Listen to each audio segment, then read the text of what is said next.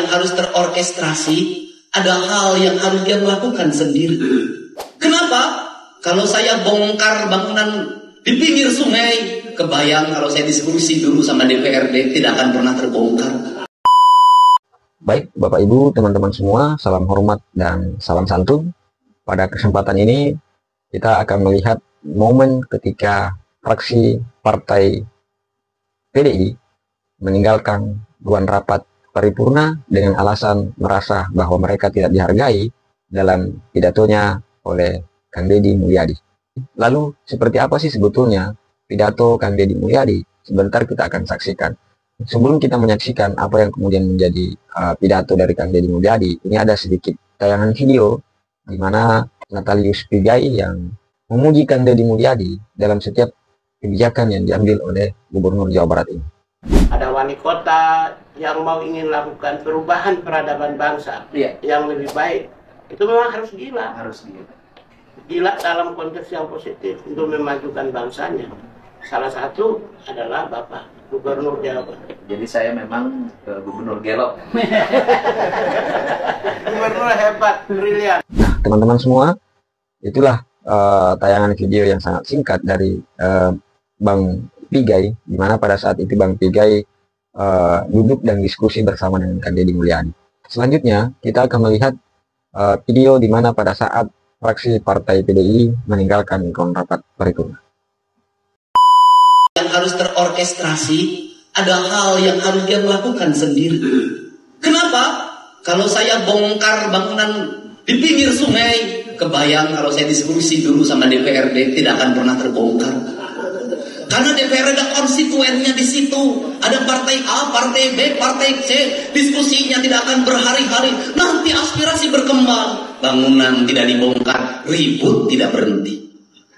Maka itu saya pilih, saya bongkar sendiri. Kenapa? Agar Bapak tidak cacat, agar Bapak tidak pusing menghadapi konstituen. Ketika konstituen bertanya ke Bapak, kenapa tempat warung saya dibongkar? Kenapa rumah yang berpuluh-puluh tahun dibongkar? Bapak coba mengatakan, Bupati nanti bisa, Gubernur nanti bisa dicarik jente benang diurus saja tadi Bapak bersih. 9 hari yang lalu, Gubernur di acara yang sakral, saya anggap di acara Musrembang, ada pernyataan Gubernur yang menurut saya ini perlu kita sikapi. Bahwa beliau menyampaikan, saya berpikiran beliau mendiskreditkan lembaga DPRD Provinsi Jawa Barat. Dan mungkin menurut saya juga mendiskreditkan masing-masing anggota DPRD Provinsi. Nah, saya menyimpulkan juga dari pernyataan itu, Gubernur ini sepertinya tidak membutuhkan apa pendapat dari teman-teman anggota DPRD. Nah, ternyata pada saat ini untuk membahas rancangan peraturan daerah, pemerintahan Provinsi Jawa Barat tentu membutuhkan teman-teman DPRD untuk membahas. Gubernur tidak bisa jalan sendiri membuat peraturan daerah. Nah, saya berharap di rapat paripurna hari ini, sebelum kita menyampaikan pandangan fraksi masing-masing terhadap rancangan peraturan daerah ini, saya meminta secara pribadi dan secara fraksi, kami meminta ada klarifikasi dari Gubernur di rapat DPRD Provinsi Jawa Barat. Kenapa? Ini negara ini dibentuk ada trias politika. Dia tidak bisa berjalan sendiri. Nah, sebelum ada klarifikasi dari Gubernur terhadap pernyataannya di acara Musrembang, Rencana Pembangunan Provinsi Jawa Barat, menurut saya kita tidak perlu menyampaikan pandangan. Kenapa? Bagaimanapun sesama lembaga kita harus ada etika, harus saling menghargai.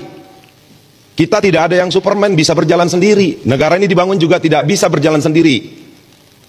Nah, sebelum masuk kita menyampaikan pandangan, menurut saya pimpinan, saya berharap pimpinan bisa mengomunikasikan bahwa Pak Gubernur harus mau mengklarifikasi terhadap pernyataannya di acara Musrembang tanggal 7 Mei yang lalu. Tapi beberapa bulan ini memang ada suara-suara yang kurang enak juga.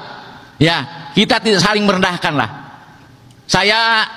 Saya memintalah perbaiki kehormatan marwah DPRD ini ya pimpinan, supaya hubungan yang harmonis baik gubernur, wakil gubernur maupun dengan legislatif ini, dengan DPRD ya. Saya meminta juga ya, sebagai kehormatan dan marwah DPRD ini, untuk rapat paripurna hari ini ya, saya meminta seluruh fraksi PDI Perjuangan untuk tidak ikut atau walk out, termasuk Bapak Ono Surono, untuk sebelum selesai hubungan eksekutif dan legislatif baik. Silakan berdiri fraksi PDI Perjuangan. Saya minta tidak ikut rapat paripurna dan walk out. Atas instruksi Iya. dari Pak Memo, saya keluar. Keluar. Siap. Iya. Terima kasih. Terima kasih. Terima kasih. Terima kasih. Siap. Ya. Tapi ke anggota DPRD atau ke lembaga DPRD-nya, bahwa gubernur sudah menyatakan bahwa tidak perlu lagi rapat dengan DPRD waktu di Aftesia tuh. Dan kedua waktu di Musrembang apa bang? Iya, sama.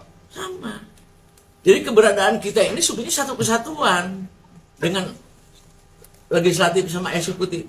Harusnya saling menunjang, saling memperkuat, tapi bukan saling mentiadakan. Ya, kami ini udah terlegitimasi, 120 orang ini kan mewakili rakyat Jawa Barat. Ya, baik perundang-undangan juga harus dilibatkan. Berarti jangan dilecehkan. Nah, kami fraksi PD Perjuangan walk out demi kehormatan DPRD, lembaga DPRD, bukan fraksi, bukan kehormatan fraksi. Merasa prihatin lah DPRD direndahkan, dilecehkan.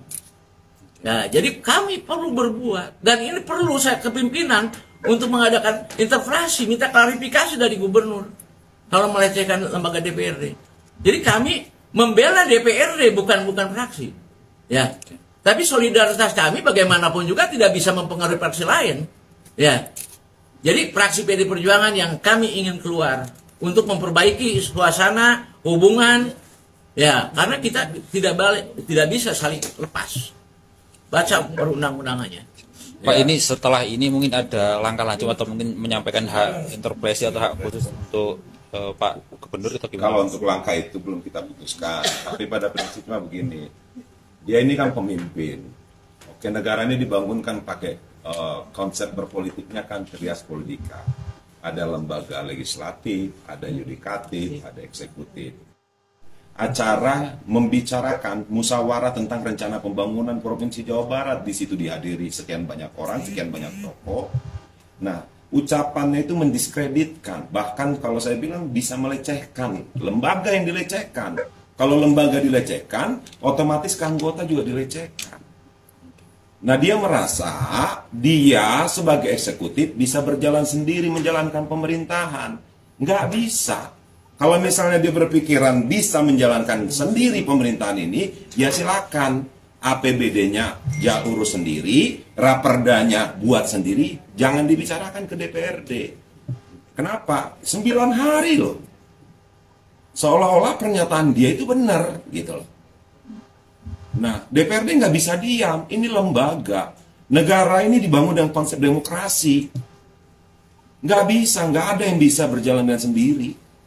Nah, kita fraksi PD Perjuangan, saya juga berharap harusnya lembaga DPRD, semua fraksi minta klarifikasi dari gubernur. Apa maksud tujuan omongannya dia itu?